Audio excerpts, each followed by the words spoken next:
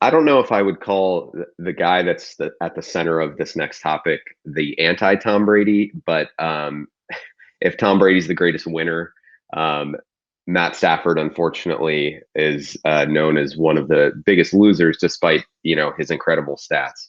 But Jimmie Ward, the safety for the 49ers, apparently is getting a little fed up with the Stafford hype right now, which I will admit is like I'm starting to get fed up with it too. Like it's peaking, and we really need to get football back because this is just ridiculous. But Jimmie Ward basically comes out and says that Stafford's the same QB who was in Detroit that didn't make the playoffs.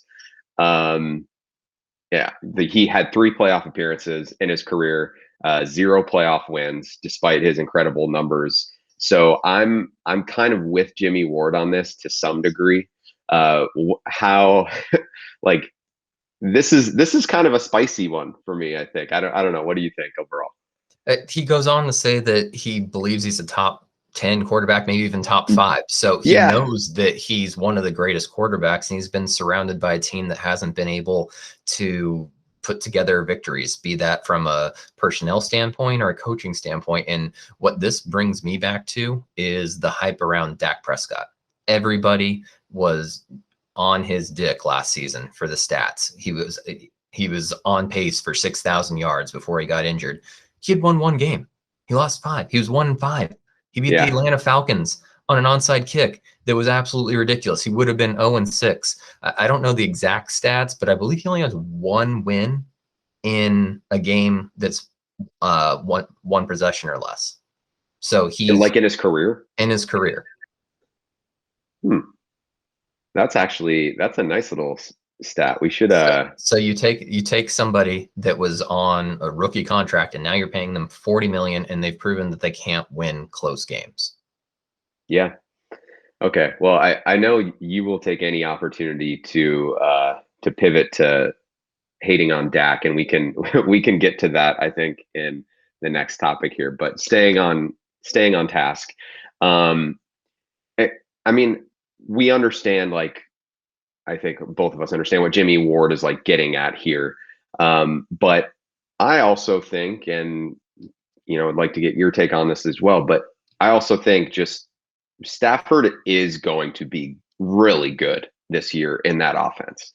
And maybe the hype is getting a little overblown, but he's going to put up some freaking numbers in that offense. And yeah. So I mean, regardless of what the situation was in Detroit, I do think he at times, he didn't do enough, right? He didn't do enough to elevate the team beyond what it was, which is what you expect great quarterbacks to do. But he is no scrub by any means. And even though there's maybe a little too much hype right now, I think there's reason, if you're a Rams fan, to be really excited about what's going to happen. Maybe Jimmie Ward's just a little butthurt about the spotlight isn't as much on them as he thinks it should be.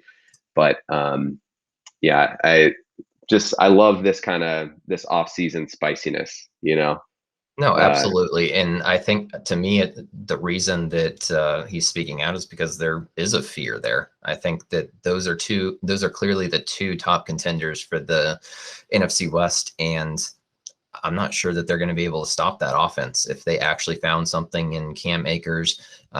Obviously, Stafford got a big boost in his receiving core. Granted, Kenny Galladay was good when healthy, but now he's got Robert Woods to throw to, and Cooper Kupp, and Sean. The biggest factor there is Sean McVay, right? Yeah, and totally. Now he's in an offensive system that's going to be geared around scoring points. Yep. It's going to be fun to watch for sure. I would love to hear Stafford with a little clap back, but I don't think he doesn't strike me as the kind of guy that would do that necessarily. Well, they already clapped back their clap back on Jared Goff when Sean McVay threw him under the bus about finally being excited about the season. So yeah. I don't expect any more back and forth on this. This is typical cornerback talk. They like a lot of posturing, and then that's when you see the numbers on the back of their jersey chasing down some dude that's on a 70-yard reception, right? So I think that's what we might end up seeing from Jimmie Ward right here. But it's fun to talk. Yeah, and if nothing else, it spices up the 2 times that they're going to play each other this year, right? And you mentioned them as arguably the 2 favorites. Obviously, the Seahawks are in that conversation as well, but I think I'm all for anything that's going to crank up those matchups because those are going to be must-watch games, 100%. Absolutely. Yeah. No, and again, he admitted that he's a top 5 quarterback, so it's going to be exciting. It's not. He wasn't holding his team back.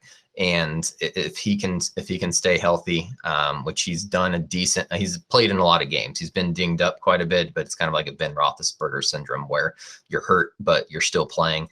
And he's been putting up stats for 10 years now. And he's been putting up better stats than Goff was in a much lesser system. So I would put him at one of the top MVP race candidates, quite frankly. For sure. There's definitely something that's missing there with him, though, right? I mean, there's a reason that he wasn't able to elevate Detroit. And I know that they were really bad a lot of years, but he also, for a good chunk of that time, had the premier wide receiver in football. And those top guys do find a way to make chicken salad out of chicken shit and at least put together a competitive team. I mean, some of these Detroit teams for him were they were atrocious. They were atrocious. And, he had that 11-5 year in 2014. And he had 2 9-7 seasons. Well, I guess he had 10-6 in 2011 as well. But it's like, I don't know, the model of mediocrity in a way. Despite the numbers he put up. So there is something there. I just, it's an intangible thing, right? You can't put your finger on it maybe, but this is the ultimate team sport in that it's going to take 11 guys on offense and 11 guys on defense to make it successful. And Raiders are probably going to find out that someone running for their lives is not a good way to build a successful team. I mean, looking at his sacks, he's been upwards of 40 for 1, 2, 3, 4 of the last 6 seasons. Like he's been in trouble, right? And I think that has a lot to do with the ultimate wins and losses because negative plays far outweigh positive plays in this, short of a touchdown, right? But a sack on first down puts you behind the chains and you're clawing your way back from that standpoint. And a lot of that goes down to coaching and personnel for me. Yeah, but we also know now that sacks are mostly a quarterback stat. We saw Patrick Mahomes run for his life in the Super Bowl, but over the course of 16 games, like you're going to understand what your personnel is and you're going to get the ball out quicker if you need to. And guys that take sacks, like a Russell Wilson or whatever, it's mostly on them. So I do think like you're giving him a little bit of a pass there, maybe when I don't think the sacks total should be what we're pointing out, but he has led the league in fourth quarter comebacks twice, including 2016. They won 9 games. They had 8 fourth quarter comebacks and he had 8 game winning drives. Like that's pretty wild, actually. I didn't know that before. Yeah, no, I think he's going to have some fun in in Los Angeles. And I think the league's going to have fun watching him play. All right. I agree.